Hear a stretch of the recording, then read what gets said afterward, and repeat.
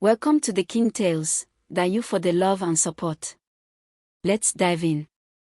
Victoria Okoro believed the world was nothing more than a vast marketplace, where everything revolved around exchange, and the only real currency was self-interest. From her office on the 25th floor of Okoro Tower in Ikoyi, she could see Lagos sprawled before her like a woven mat, a tangled web of roads, wires, and flashing signals, all leading back to one undeniable truth: everyone cared only about what they could gain. Love, loyalty, kindness. To Victoria, those were pretty words people used to disguise their greed. Her ex-husband had taught her that lesson in a courtroom thick with betrayal and expensive perfume. Her business partners reminded her of it daily with their polite, razor-sharp smiles that hid deceit and ambition. At 38, Victoria was a queen in the world of business, a giant in finance, a woman who had built a fortress around a heart she wasn't sure was still beating. That fortress, on this hot Tuesday afternoon, was the back seat of her custom-made Range Rover. The cool, recycled air inside the car separated her from the chaos outside on the Third Mainland Bridge, where a truck carrying yams had overturned, choking traffic into a standstill. Horns blared in fury, the air hung thick and heavy, but Victoria barely noticed. She was on a call with her lawyer, her voice sharp and cold, like the champagne she'd had at lunch. "No, Joseph," she said. "The prenuptial for the next one will be even stricter. Add a clause: if he even dreams about another woman, he loses everything. Even his shadow." "We can't make that legal," the lawyer replied hesitantly. "Then find me a lawyer who can," she snapped, ending the call and tossing her phone onto the spotless leather seat beside her. A sigh escaped her lips, not one of sadness, but of exhaustion, the deep, bone-level tiredness of someone who had seen too much and felt too little. Life, to her, was just a game, a dull, predictable game of chess where everyone pretended to be a king or queen, but in truth, they were all pawns.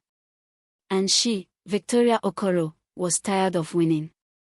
Then she saw him. He stood among the rows of motionless cars like a ghost fighting the sun. He wasn't begging, not in the loud, desperate way others did. He was simply there, existing. A tall, painfully thin man who looked like a strong wind could break him in two. But it wasn't the man himself who caught Victoria's attention, it was what he carried. Strapped to his chest in a faded baby carrier made from a woman's wrapper were two tiny infants, twins, by the look of them. Their small faces were flushed red from the heat, their tiny fists curled near their cheeks. They looked so fragile, so helpless against the chaos of the jammed bridge. The man, Samuel Edinley, was trying to shield them from the sun with his own body, angling himself so they remained in the shade. With a rag that had once been white, he gently wiped the sweat from their foreheads. He didn't glance at the cars or the people watching. His entire world, his whole focus, was on the two little lives pressed against his chest. His lips moved softly, words lost beneath the noise of honking horns, but his tenderness was unmistakable. Something cold and sharp twisted in Victoria's stomach. Her mind, trained by years of suspicion, began calculating instantly. The children are props, she told herself. A trick. No one can resist having babies. She had seen such acts before, built her empire on spotting deceit, on reading motives and angles. But then he did something that didn't fit the pattern. He reached into a torn plastic bag, pulled out a bottle of water, and opened the cap. Ignoring his own cracked lips, he dampened the rag and gently touched it to each baby's mouth. Not one sip for himself. His love for them was a shield, a promise, a quiet sacrifice made in the middle of concrete chaos. For the first time in 10 years, Victoria felt an emotion that wasn't boredom, anger, or suspicion. It was something dangerously close to pain. The image of the father and his twins became a mirror reflecting her own emptiness, a life filled with wealth and possessions, but stripped of meaning. The purity of his love stung her, a silent accusation of everything she lacked. Then the cold, bitter part of her resurfaced, fiercer than before. "It's a lie," she told herself. It has to be a lie. He's just better at pretending than the others. A cruel, sudden idea took root in her mind, born from boredom and bitterness. She would test him. Prove that his kindness was fake. She would tempt him with something impossible to refuse and watch him fail, confirming her belief that everyone had a price. "Colonel," she said sharply. Her driver jumped, catching her gaze in the rearview mirror. "Stop the car." "Madam, it's not safe here." I said stop. The door opened, and a wave of heat and noise slammed into her. Dressed in a silk pantsuit that cost more than the average car on the bridge, she stepped out, elegance and power wrapped in perfume and precision. People stared. She ignored them. Victoria walked straight toward the man. Her heels clicked loudly against the hot asphalt. Samuel saw her coming and instinctively pulled his babies closer, bracing himself. He expected her to shout, wave him off, or maybe toss a few crumpled naira notes from a safe distance. But the woman, who looked like she was carved from ice and diamonds, stopped right in front of him. "What's your name?" she asked, her tone calm but distant. "Samuel, Ma," he stammered, his eyes wide. "And the children?" "David and Deborah, Ma. They are 5 months old." Victoria looked at the babies again. So tiny. So hungry. So heartbreakingly alive. "You look hungry." Samuel's pride stung, but he couldn't deny the truth. He hadn't eaten a proper meal in 2 days. Every naira he earned from small jobs went to baby formula for his twins. So he simply nodded, staring at the ground. Victoria reached into her Chanel handbag and pulled out her wallet. Samuel's heart leapt. Maybe she would give him 500, perhaps even 1,000 naira. Enough for a meal, at least for today. But instead of money, Victoria took out a small piece of black plastic, the American Express Centurion card, the legendary black card. A symbol of limitless wealth. Something most people only heard about in stories. "I want you to take this," she said calmly, holding it out. Samuel blinked, unsure he'd heard her right. "Ma. I don't understand." "It's a credit card," she explained slowly, as if to a child. "There's no limit. I want you to go to any store and buy whatever you need, food, clothes, medicine, even a hotel room for a month. Anything. Then tomorrow at noon, meet me in the lobby of my building." She pointed to the distant shimmer of Okoro Tower. "You can return the card then." Samuel stood frozen. This had to be a trick, some cruel joke the rich played on the poor. "But, why, Ma? Why would you do this?" Victoria's eyes were unreadable, cold as polished stone. She wasn't being kind, she was testing him. She wanted proof that his goodness was a lie, that behind every humble smile lived the same hunger for greed. "Consider it an opportunity," she said softly, the words tasting bitter in her mouth. "An experiment. Don't disappoint me." She pressed the card into his hand. It felt heavy, alien, a ticket to another world. Before Samuel could speak, she turned and walked back to her Range Rover. The door shut with a soft, final thud, and the car rolled away as traffic began to move again, leaving him standing in the heat, surrounded by blaring horns and swirling dust. He stayed there long after she was gone, a statue of disbelief on the sun-scorched bridge. The black card in his hand felt impossibly heavy, colder than metal, heavier than gold.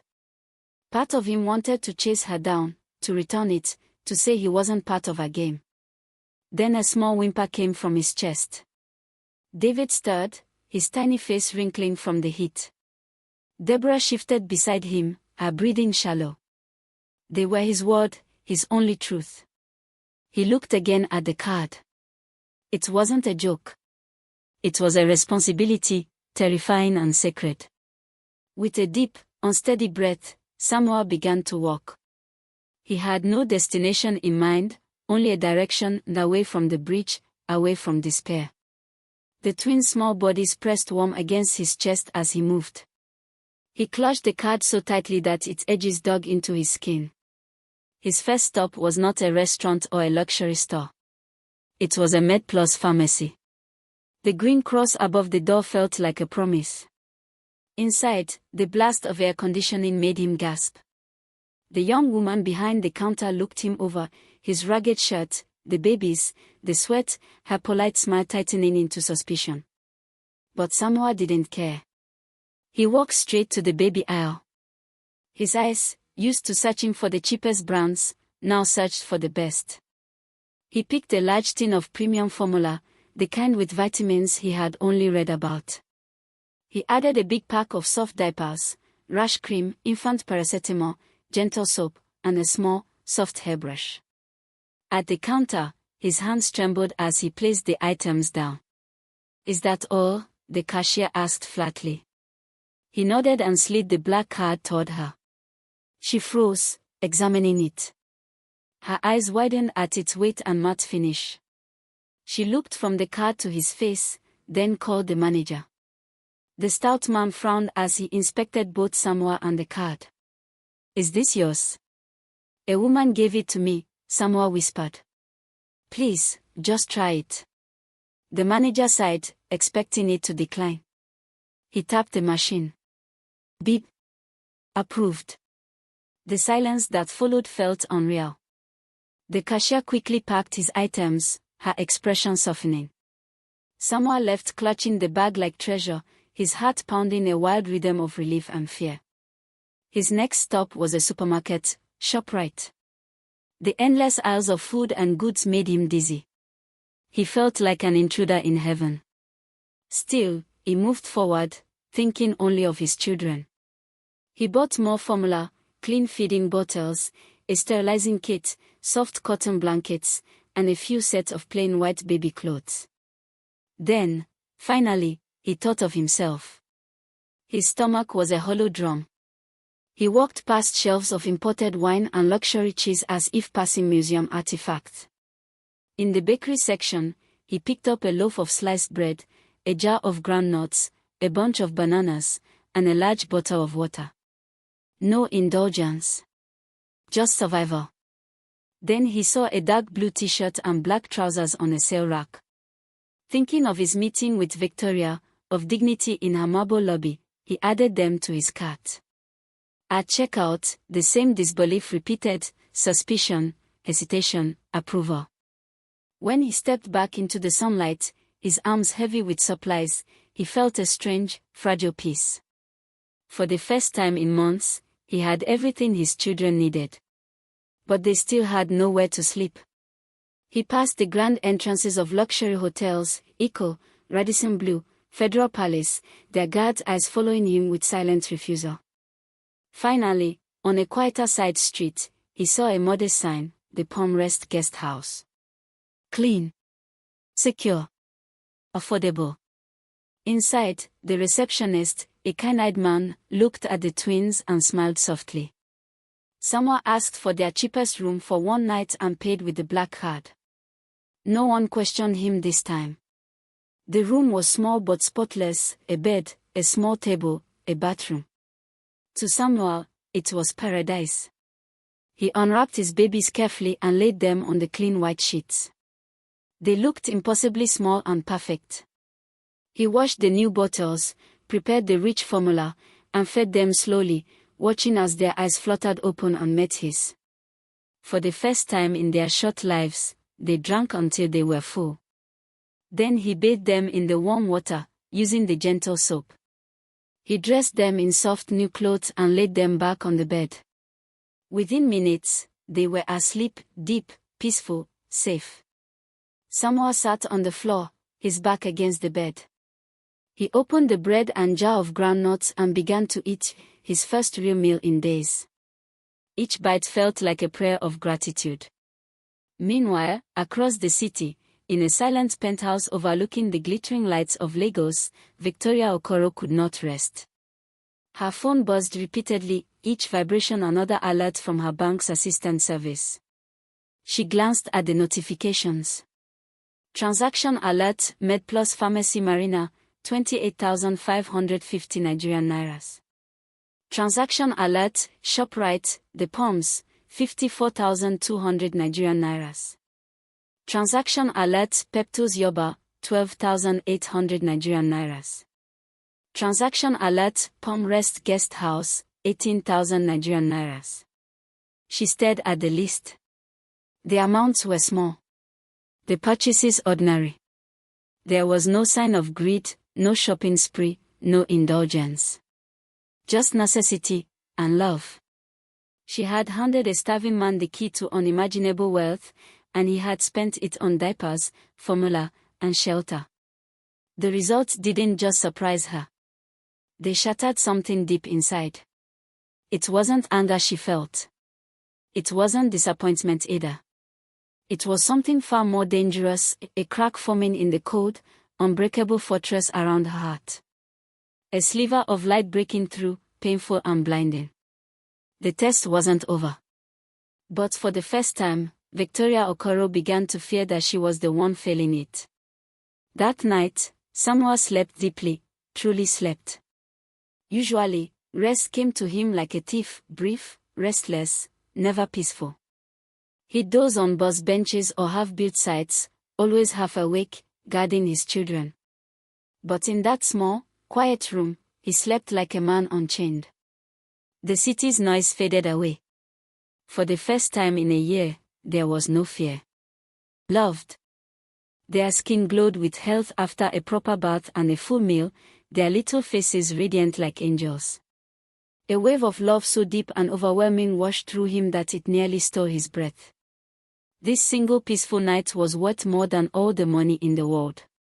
He knew his time was short, the miracle would end at noon, and he couldn't afford to waste a single minute. After feeding and changing the twins, he dressed in the clean clothes he had bought. When he looked into the small bathroom mirror, he barely recognized himself. The man staring back was still thin, his face still marked by struggle, but the dirt and hopelessness that once defined him were gone. In their place was quiet pride, the look of a man who had fought against all odds and cared for his children. With the babies safely settled, he left the guest house and stepped into the busy morning of Lagos. His mission was no longer just survival, it was to carve out a fragile path toward a better future. His first stop was a large baby supply store in Suralere. Ignoring the fancy cribs and expensive strollers, he went straight for what truly mattered. He bought the best baby formula he could afford, diapers in the next size up, teething rings, a baby thermometer, and a nasal cleaner. Then he saw it, a sturdy, well-made twin baby carrier with padded straps and proper head support. It was nothing like the rough sling he'd been using, one that hurt his back and barely kept the baby safe. It was expensive, but he knew it wasn't a luxury. It was an investment in their safety, and in his own strength. He added it to his cart without hesitation. Next, he stopped at a shoe store. The old flip-flops he wore had soles so thin they barely shielded him from the burning ground and sharp stones of the streets. He bought a pair of simple, durable black leather shoes and slipped them on immediately. The soft comfort beneath his feet felt so new, so kind, that it nearly brought him to tears. His final stop was a small, cluttered shop selling everything from bags to electronics. There, he bought a strong waterproof backpack big enough to hold all the baby items, replacing the torn plastic bags he usually carried. He also purchased a second-hand Nokia phone and a SIM card, not for the internet or social media, but for survival. A way to be reachable if a job ever came his way. He had everything he needed. He had provided, prepared, and proven himself responsible. As he turned to leave, a quiet sense of peace settled in his chest, until his eyes caught something in a dusty glass case near the door. 2 small matching silver lockets, each shaped like a tiny heart. They weren't shiny or expensive, but they seemed to glow softly in the light. A tender, painful thought pierced his heart. His wife, Funk, had once owned a simple locket just like this, a gift from her mother. She'd lost it in the chaos of the hospital, the day she died giving birth to their twins. He imagined his children growing up with no memory of their mother, no connection to the woman who gave her life for them. He saw himself giving them these lockets on their first birthday, a small, beautiful reminder of love born out of struggle. It was an unnecessary purchase, even wasteful. The money could have been used for something more practical. But as he looked at the lockets, he wasn't thinking about money. He was thinking about memory, about legacy, about love. About his wife. With trembling hands, he asked the shopkeeper to show them to him, and he bought both. Across the city, in her penthouse, Victoria Okoro was like a storm trapped in silk. She hadn't slept. The stream of alerts from the previous day had shaken her beliefs one by one. She had paced her apartment all night, replaying the list of simple purchases in her mind. She tried to explain them away, maybe it was all part of a clever act to gain her trust before asking for something bigger. But that excuse felt hollow. Morning came with more alerts, each one cracking her code logic further. Transaction alert, babies and beyond, Suralere, 115,700 Nigerian nairas. A large amount, yes, but it meant he was buying in bulk, not wasting. Transaction alert, Shoes, Tejosho Market, 15,500 Nigerian nairas. Sensible shoes. Not a luxury brand. Transaction alert, Samsonite luggage and phones, 32,000 Nigerian nairas. A backpack and a cheap phone. Useful, not indulgent. Frustration tangled with something else, admiration, perhaps respect. Feelings so unfamiliar she couldn't name them. She had set a trap for a greedy man, but instead she'd found something pure and honest. And that frightened her. Then, just before 11 a.m., the final alert came. Transaction alert, Edwell and Sons Jewelers, 9,500 Nigerian nairas. Victoria's heart froze. Jewelry. A sharp, bitter satisfaction filled her. This was it, a proof he was like all the rest. After all his careful spending, he'd finally rewarded himself. She felt a dark sense of triumph. The cynical queen had been right. Relief swept through her like a toxic tide, restoring the ugly order of her world. By noon, she sat behind her wide mahogany desk, the city of Lagos stretched out behind her like an empire. Her face was calm, unreadable, ready for judgment. At exactly 11:55 a.m., Samuel Akanle walked into the marble lobby of Okoro Tower. Dressed in clean clothes, new shoes on his feet, and his twin sleeping peacefully in the new carrier on his chest, he looked every bit a man transformed. The vast lobby gleamed with wealth, cold marble, shining glass, and the hum of power. People in tailored suits swept past him without a glance. He gripped the straps of his new backpack, the weight grounding him. In his pocket, the black card burned like metal. Beside it, wrapped carefully in tissue paper, were the two tiny silver lockets. He approached the reception desk, his heart pounding in rhythm with the baby's steady breaths.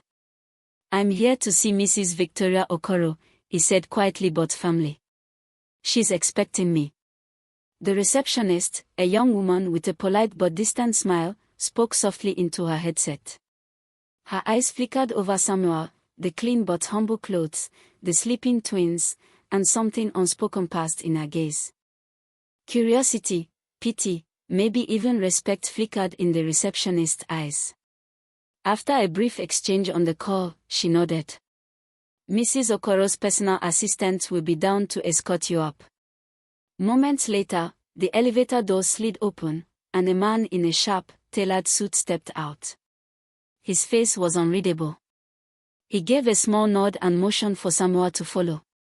The ride to the 25th floor was silent, the soft hum of the elevator echoing in the stillness. Samuel stood quietly, holding his children close.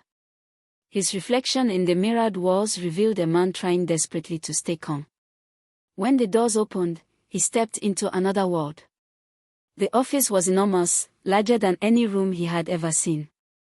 One wall was made entirely of glass, offering a breathtaking view of Lagos sprawling beneath the morning sun. The city shimmered like a field of gold and steel. Behind a vast mahogany desk sat Victoria Okoro. She looked different now, regal, powerful, perfectly composed.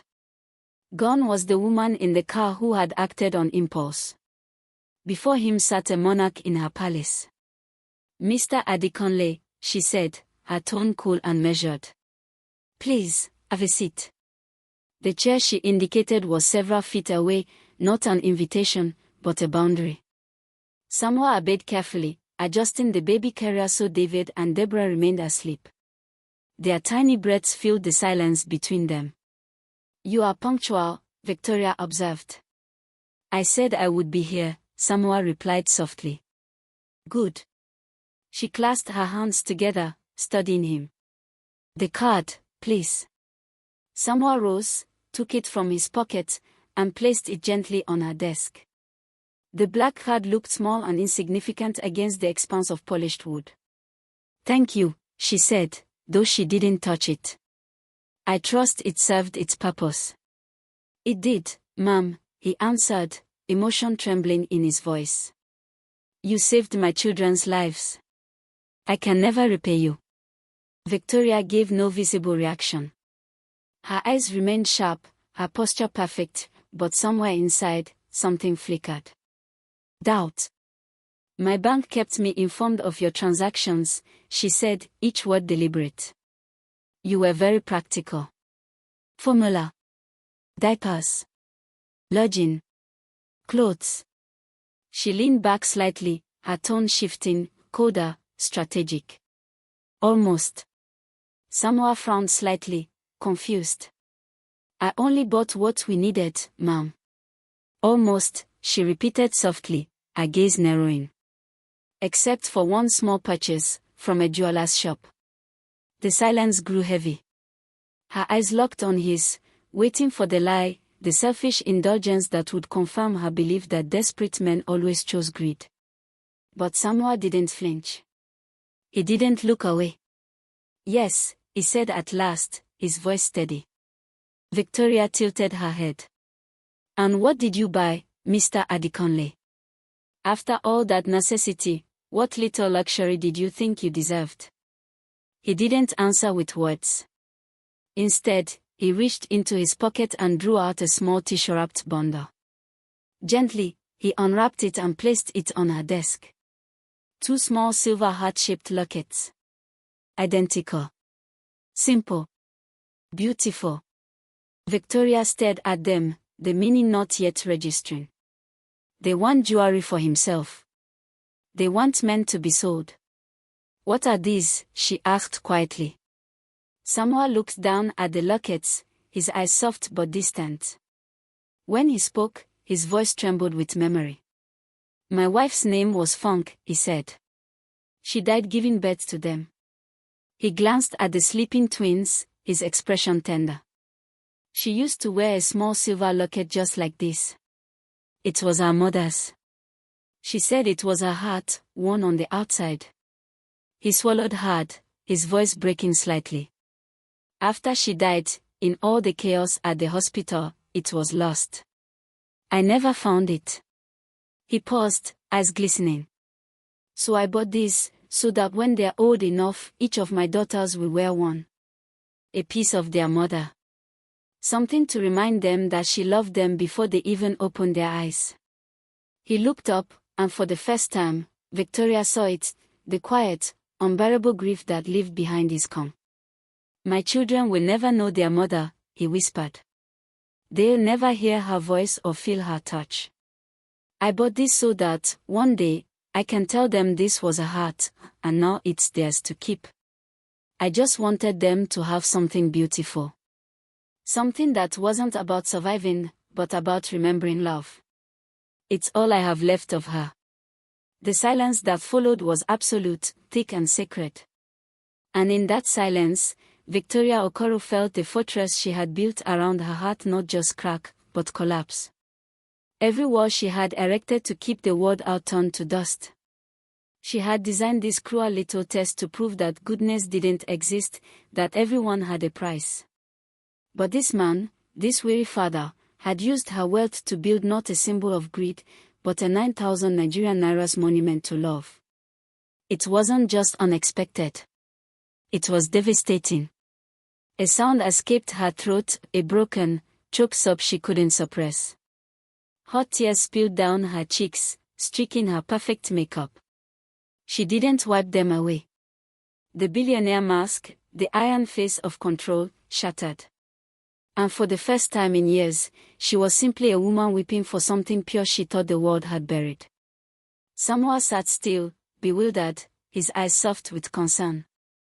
He hadn't meant to make her cry. He had only meant to tell the truth.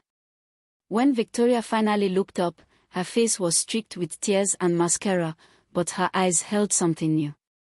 Clarity. "Get up, Mr. Adiconle," she said, her voice trembling but steady. She stood, walked around the massive desk, and picked up one of the tiny lockets. It felt cool and fragile in her palm, real in a way so few things in her world were. "Your test is over," she said, her voice breaking. "But mine is just beginning." She looked at him, really looked at him. Not at his worn shoes or the babies on his chest, but at the man himself. The father. The survivor. The heart. "I own a block of apartments in Ikeja," she said after a long pause, her voice regaining quiet strength. "They're for my junior staff. One is vacant, a 2-bedroom. It's yours for as long as you need it." Samuel's lips parted, but no words came. "I also need a new head of maintenance for that property," she continued. "Someone I can trust. Someone responsible. Someone who knows the value of things, not just their price. The job comes with a salary and health benefits for you and your children." Her eyes softened. "Would you be interested, Samuel?" He swallowed hard, his voice thick with emotion. "Yes, ma'am. Yes, thank you." "Don't thank me," Victoria said quietly, turning the tiny locket over in her hand. "I should thank you. You reminded me of something I thought was long dead." She turned toward the glass wall. Lego sprawled beneath her, vast, alive, chaotic, beautiful. For years, she had seen it as a battlefield of transactions and power. But now, as the sun rose over the skyline, she saw it differently. A city made not of steel and greed, but of hearts, millions of them, beating, breaking, loving, surviving. And for the first time in a very long time, Victoria Okoro felt like she was one of them.